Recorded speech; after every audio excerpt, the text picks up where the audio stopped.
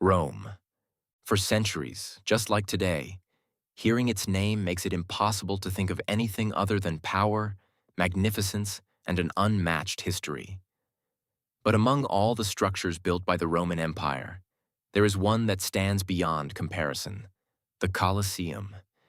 It is such a magnificent and flawless structure that you cannot help but ask yourself, is it really true that this was built 2,000 years ago? Modern machines, reinforced concrete systems, the technology we have today? Of course, none of these existed back then. Instead, it was built with human intelligence, strength, and discipline. The Colosseum should not simply be seen as a massive arena.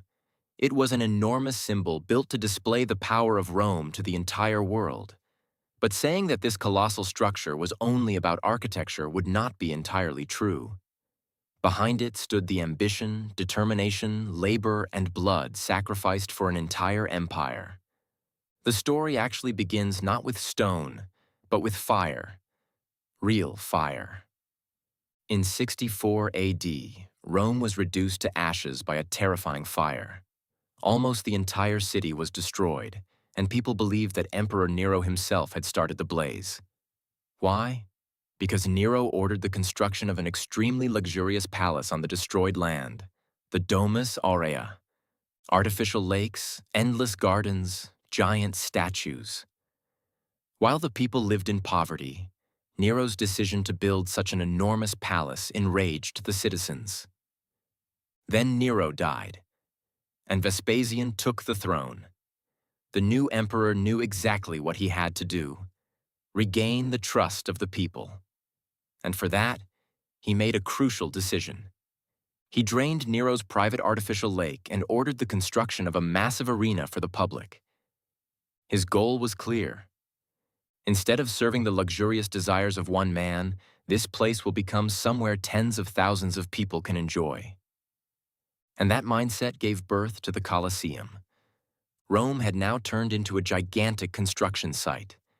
Tens of thousands of workers, slaves, architects, and craftsmen worked relentlessly. Massive travertine stone blocks were transported with the help of animals and placed into position using cranes powered entirely by human strength. The Colosseum was incredibly large and magnificent, but that alone was not what made it special. What truly stood out was how advanced Roman engineering was for its time. Thanks to the arch system they built, every section of the structure supported the next. That is why, even after centuries, it still stands strong today. Constructing such a colossal structure required immense patience and effort. The greatest proof of this is that it was completed in just 8 years. When it was finally opened to the public in 80 AD, the people were absolutely mesmerized by what stood before them. Just imagine. Nearly 70,000 people could be inside at the same time. Of course, there were strict rules. The more important you were, the closer you sat to the arena. The poorer you were, the farther away your seat would be. The Colosseum had sections determined by social status. Senators and the wealthy sat at the front, while ordinary citizens sat higher up. Yet despite all of this, one thing mattered most to the people. Anyone could enter, and it was completely free. The center of the arena was covered with sand. The reason? To absorb blood. Blood. Sometimes human, sometimes animal. But beyond what people could see, there was another hidden world beneath the ground. Underneath the Colosseum existed a level of technology almost unimaginable for that era. Cages, tunnels, elevators, and secret passageways. From these underground sections, animals, gladiators, and prisoners would suddenly emerge before the audience. The arena hosted countless spectacles. The shows began with hunts involving wild and animals that many Romans had never seen before: lions, tigers, elephants. Then came the executions. And finally, the moment everyone waited for: gladiator battles. Some of the fighters were slaves, some were prisoners of war, while others volunteered for fame and money. Although the fights were presented as entertainment, they were truly battles for survival. The atmosphere was beyond imagination. The crowd roared, and the arena felt as if it were on fire. The arena was so enormous that they would sometimes flood it with water and even stage naval battles. From today's perspective, it sounds insane. But for the Roman people of that time, these events were an unmatched source of entertainment. From the outside, the Colosseum may have looked like a place built for public entertainment, but beneath it lay a much greater purpose: controlling the people. Because if you gave people enough bread so they would not starve, and enough entertainment to keep them distracted, you could keep them calm and loyal to the empire. Rome understood this very well. The architecture of the Colosseum was also extraordinary.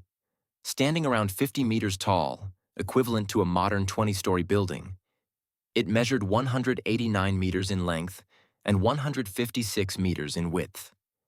It was the largest amphitheater ever built in the Roman Empire and still remains the largest amphitheater in history. To allow such enormous crowds to enter and leave quickly, special corridor systems were designed. These systems are still used in modern stadiums today. On top of all that, there was also a gigantic awning system designed to protect spectators from the sun. Because of their experience with ropes and sails, sailors were responsible for operating it. So even 2,000 years ago, they already had systems designed to shield people from direct sunlight. The Colosseum got its name from the gigantic bronze statue standing beside it, the Colossus of Nero. Over time, this enormous 30-meter-tall statue of Emperor Nero became associated with the arena itself, eventually giving the structure the name we know today. But no empire lasts forever. As the Roman Empire began to lose its power, the Colosseum also lost its former importance. Gladiator battles came to an end, and over time the arena fell into ruin. During the Middle Ages, it was sometimes used as a fortress, sometimes as a shelter. In certain periods, its stones were even removed and reused to build other structures. On top of that, earthquakes caused severe damage. Yet despite everything, the Colosseum was never completely destroyed. As the years passed, its value only grew stronger, and people became convinced that it was far more than just an old structure. It was a living piece of history stretching from the ancient world to the present day. Even today, millions of people travel to Rome to see it and feel its atmosphere. You can sense the power and greatness of an empire, the admiration of the people, but also their fear. And if you close your eyes and truly feel the atmosphere, you can almost still hear the roar of an impatient crowd, the sound of a falling shield, and the roar of a lion echoing through the arena. That is why the magic of the Colosseum has survived to this day. Because it is not just an ancient structure, it is a memory that defies time.